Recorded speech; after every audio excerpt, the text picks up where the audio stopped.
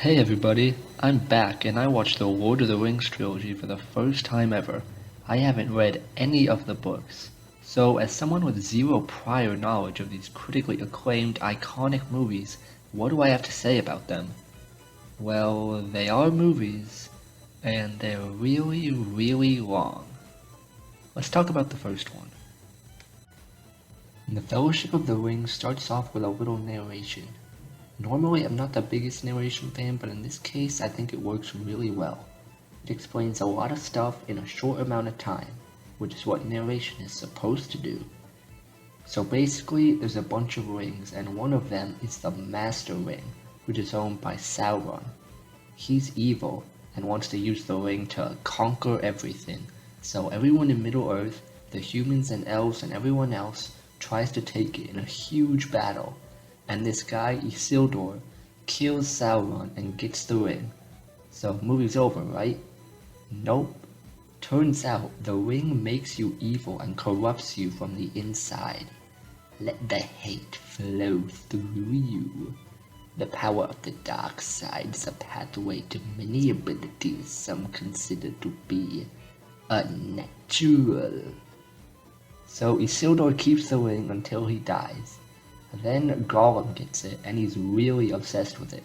We never see him up close in this movie, but he's mentioned multiple times, so I can't wait until we finally get to see him. But Gollum loses the ring, and Bilbo Baggins, the Hobbit, takes it. This brings us to present day, where Bilbo is really old and has used the power of the ring to live longer. He's in this cute little place called the Shire, where all the hobbits live. I gotta say, I really like the world building in this movie. We go to a lot of different places that all have a cool spectacle about them. So Gandalf comes to see Bilbo, because it's his 111th birthday. At the party, Bilbo says he's leaving and does a little disappear trick with the ring. This is important. So Bilbo actually does want to leave, because he's old and I guess he wants to die. So Gandalf tells him to give up the ring.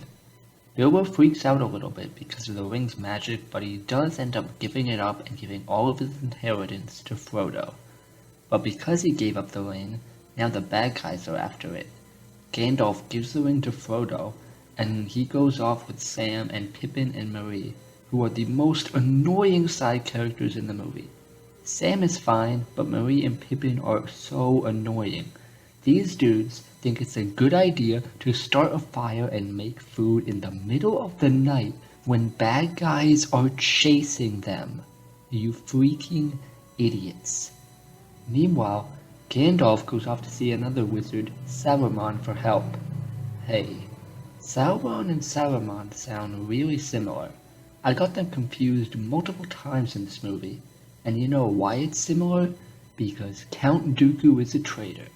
He's evil, and he and Dumbledore have a really ugly fight. I don't mean ugly as in brutal and bloody, I mean ugly as in what is wrong with the cinematography and fight choreography. This is giving me a headache. It's shot bad, and the fight between two wizards is just them throwing each other around. So after capturing Gandalf, Saruman sends some Dementors after Frodo, and when they're supposed to meet up with Gandalf, but they can't do that because he's captured, they get help from another guy, Strider.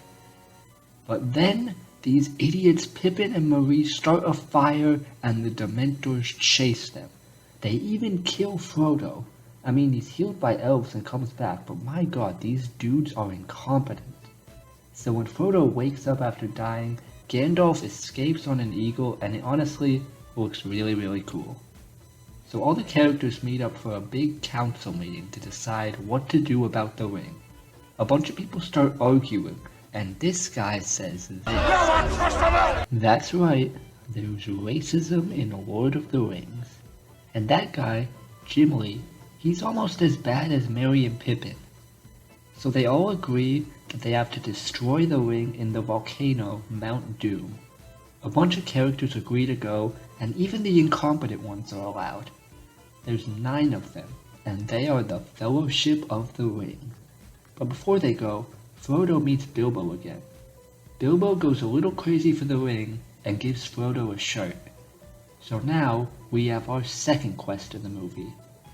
They're all going on the quest, and Saruman sends some birds to watch them. Then they all decide, because he sent some birds, they need to go to the mountains. But why? You guys didn't seem to have any trouble hiding from the birds, and he can still see you in the mountains. I know he can still see them in the mountains because he literally sends an avalanche at them. Just seems kinda dumb. But after he sends the avalanche, they decide they're gonna try going through the mines of Moria. Here, we see Frodo questioning why he has the ring, and Gandalf gives him a really great pep talk.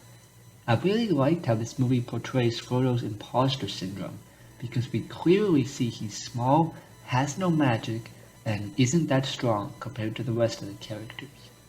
This was a really cool bonding scene between the two before the end of their journey, and then I realized there's a whole hour left in this movie. And then this idiot Pippin knocks something over and the bad guys are after them again. There's a big fight, there's a huge troll, and this troll kills Frodo. That's right, he dies 2 times. But wait, he has the shirt that Bilbo gave him. This shirt is able to keep him alive. So after this, they're all getting out of the mines when a Balrog attacks them. It's like a giant fire bull dragon thing, and it looks really cool. So Gandalf tells them all to go ahead, and we see him do the "you shall not pass" thing.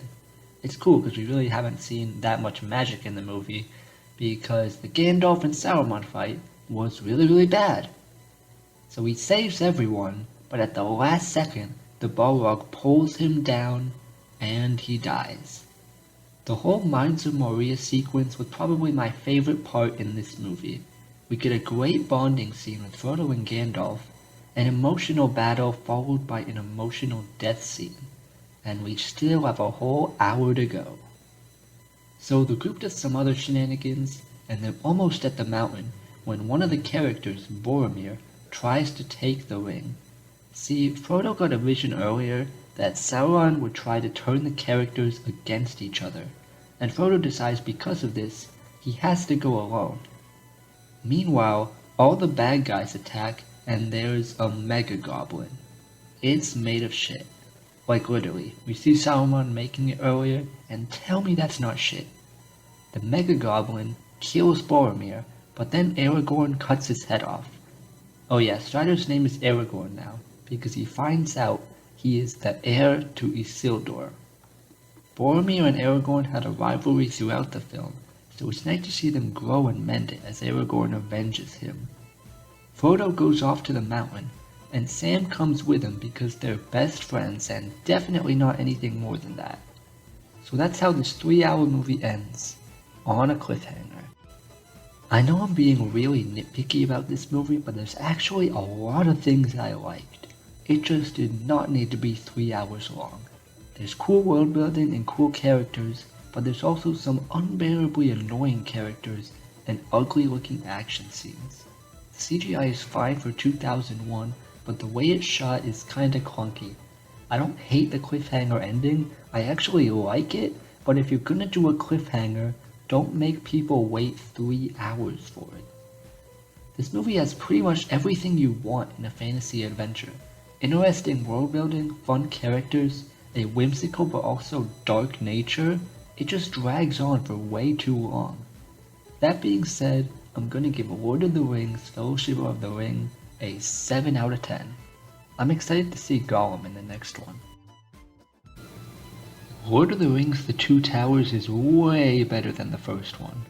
This movie simultaneously fleshes out all of our main characters and gives us a much clearer explanation of what's going on while also taking place during a war. That's a lot to do in a movie where you still need to build up for the finale, which this movie also does masterfully. After the events in the last movie, our main characters are split into 3 groups. We have Aragorn, Gimli, and Legolas. Then we have Pippin and Merry, who were captured in the last movie, and we have Frodo and Sam going to Mordor to destroy the ring. But we open this movie with a really nice landscape shot of the mountains, where we hear Gandalf's voice and flash back to his death in the last movie. Here we see, as Gandalf falls, he's fighting the Balrog. The action in this movie is improved from the last, and even though there are some weird quick cuts, it's still an improvement. This movie is just shot much better in general. There's a lot of tracking shots of landscapes where we get to see more of the world. The action sequences aren't on Kung Fu Panda standards, but it's way better than the Gandalf and Saruman fight from the last movie. I assumed Gandalf just fell to his death in the last movie, but seeing him continue to fight the Balrog as they're both falling was really captivating. Then we cut back to Frodo, who was dreaming about Gandalf the whole time. Here I'm just going to cover each of the A, B, and C stories one by one instead of going back and forth. Frodo and Sam are lost and going in circles, struggling with their quest. Frodo is still upset and grieving over Gandalf's death, and the ring is starting to change him. And then we see what I was most excited for going into this movie. Gollum. Gollum was kept relatively hidden in the last movie, and we see him almost immediately here. He looks like a freak, and I love it. He immediately tries getting the ring from Frodo when he and Sam are asleep, and even locks in a rear naked choke. Like, geez, is that Gollum or Samoa Joe, am I right? So, the boys capture Gollum and put him on a leash, like a dog. Frodo eventually lets him loose so he can be their guide, but Sam doesn't trust him. Then Frodo kinda snaps at him. It creates this interesting dynamic, where Sam is being a jerk to Gollum, but Frodo is occasionally lashing out at Sam because of the ring's influence. Eventually, we learn that Frodo is being so nice to Gollum because he sees how the ring has corrupted him and turned him into a monster. Gollum used to be Smeagol, a hobbit. We get these really cool scenes displaying his two personalities, the good Smeagol who wants to help the hobbits and take them to Mordor, and the bad Gollum who wants to kill them and take the ring for himself. It looks like the good Smeagol is going to win, but then they're all captured. When they're captured, Gollum thinks Frodo betrayed him, and when they're all let go at the end, the evil side of Gollum wins out, as he plans to betray Frodo and Sam. With our second story, Pippin and Merry are sort of written out of the movie for the most part, which is great because they're annoying, but it also makes you forget about them, so it's a bit jarring when we see them in the third act after they were gone for almost the entire second act. But basically, they were captured by Saruman's army in the last movie, but then they are attacked by one of the nearby kingdoms, which kills all the goblins. Yeah, I know they're called orcs, but they're basically goblins. They escape to the woods and meet this walking tree. Then they don't really do anything until the ending, where the trees, who used to be aligned with Saruman when he was good, realize he's destroying the forest. So all the trees decide to team up and destroy this dam that wipes out all of Saruman's army. This portion of the plot really doesn't do much until the ending, but the ending of it has a nice pro-nature message. Also, it's interesting to see different perspectives of the war with these tree people. Finally, we get to our third group of characters. Aragorn, Legolas, and Gimli. This one might be my favorite. Here, each of these characters get fleshed out. When you have to focus on 9 characters in one story like the last movie, a lot of them can end up feeling dull and shallow due to lack of exposure. But here we get to learn more about these characters. I really didn't know anything about Legolas, but in this movie, I get to see him in action and see him interact with other characters. Gimli isn't as annoying, as he's able to bounce off the other characters, serving as comic relief and being serious when he needs to. I love the little moment in the final battle where he and Legolas have a competition on who can kill the most bad guys. I already liked Aragorn, but here we get to learn about his past and flesh him out more as a character. These guys start out by looking for Pippin and Merry, thinking they're dead at first before they track them to the woods where they meet the White Wizard. Not Saruman, Gandalf. He's alive. Then they go to this kingdom where Saruman is controlling the king, causing him to banish one of his own relatives. I'm not sure if it's his son or his nephew. I thought it was his son at first, but then I saw on Wikipedia that it said nephew, so I'm just gonna say relative. but Gandalf is able to rid Saruman's curse and kick out his follower. We get a lot of debating here as characters decide what to do with the kingdom. We learn more about war and the world through the plight of this kingdom, and we realize they're fighting a war on two fronts, with Sauron and Saruman's armies. This is also represented in the title, with the two villains, Sauron and Saruman, being the two towers. We even see a map. It's only for like 2 seconds, but I love little details like this that make the world feel more authentic. This movie does a far better job of this than the first, by giving us the same spectacle, but going even deeper into the world and characters. Eventually, they decide to go to Helm's Deep, basically a fortress to keep the kingdom safe. Then we get our huge climactic battle against Sauron's army. This battle is long and crazy, and when the good guys think they're gonna lose to the overwhelming numbers, Gandalf shows up with the relative of the king who was banished earlier. They bring in the cavalry, and the good guys win. There is a lot in this movie, but with 3 main plot lines, the 3 hours go by way easier than the first one. It expands on the characters and the world, and through Gollum's betrayal, Frodo being corrupted by the ring, and the war raging on, it sets us up with anticipation for the finale. This is what a sequel is supposed to do. I mean, it's no Kung Fu Panda 2, but it's pretty great. If I had to nitpick, it would be that the 3 plots could maybe be balanced a bit better, as it can cause slight tonal issues, as well as us spending an extended amount of time away from some characters, but these are just nitpicks. I thought overall, Two Towers was a huge improvement from Fellowship of the Ring, and I'm very excited to see the finale. I'm going to give Lord of the Rings The Two Towers a 9 out of 10. Now, on to the finale. Lord of the Rings Return of the King is really long. This is the one that won the Oscar. It actually won a bunch of Oscars. You don't normally see that from these kind of movies, so it's nice to see. But did the finale live up to my high expectations after a great sequel? No. I like this movie, but it is very long. We start out with a flashback to when Smeagol was a hobbit. He's fishing with Deagle and they find the ring. Smeagol and Deagle, these names, man. These two end up fighting over the ring and Smeagol chokes him to death. These guys were holding the ring for like a minute and are already trying to kill each other. So this, it turns out, is what started Smeagol's downward spiral into Gollum and his obsession with the ring. Now, in present day, Gollum is with Sam and Frodo plotting to kill them. Again, there's a really interesting dynamic. In the last movie, Sam was untrustworthy of Gollum, but was in the wrong because Gollum was trying to help. Here, Sam is still untrustworthy, but now his suspicions are correct. Sam overhears Gollum talking to himself about how he wants to kill them, but Frodo thinks Sam is just being untrustworthy of Gollum again. Gollum even starts trying to turn Frodo against Sam because Sam is onto him. He even makes it look like Sam ate all their food, and Frodo lashes out at him. Sam then offers to hold on to the ring for a little while, because we can clearly see the ring corrupting Frodo. But this ends up sending Frodo over the edge, and he tells Sam to leave. Poor Sam.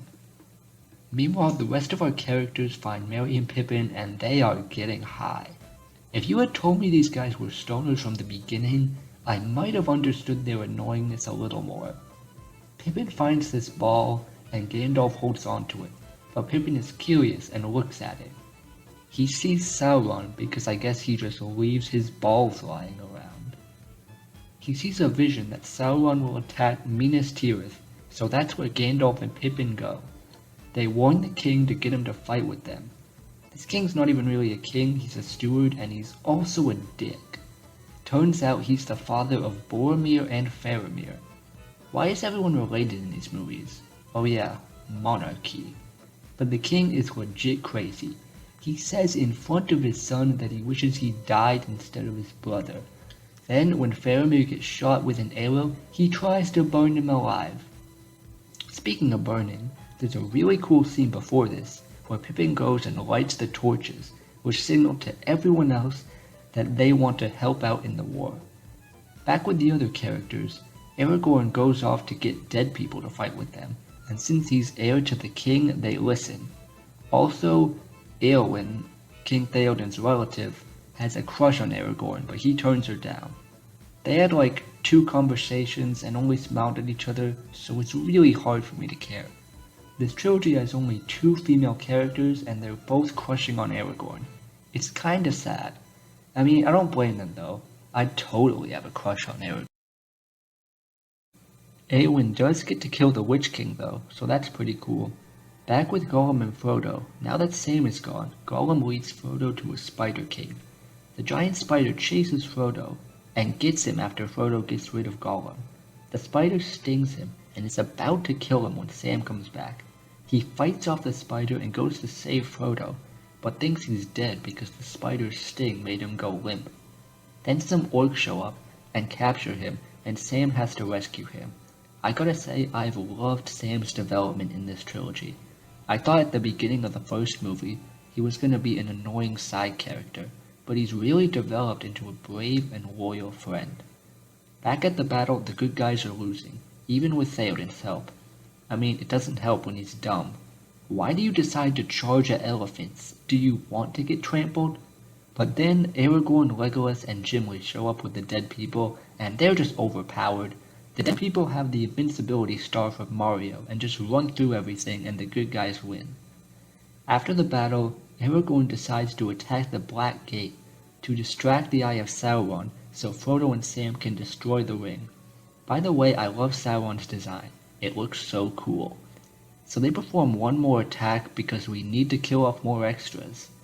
Frodo and Sam are about to destroy the ring, but Frodo doesn't want to do it because the ring's corrupting him.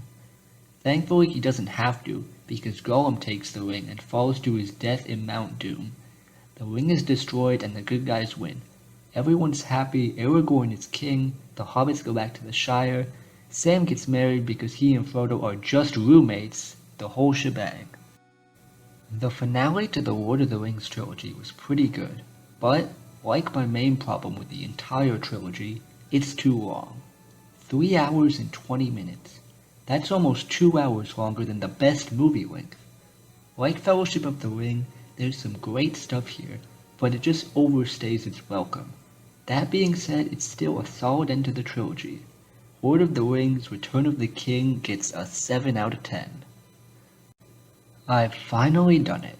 I've watched all the Lord of the Rings movies. 2 of them were good, and 1 of them was really good. The one thing they have in common though is that they're all 3 hours long. I guess if I were to complain about something other than the runtime, it'd be the lack of female characters and a few of my previous nitpicks.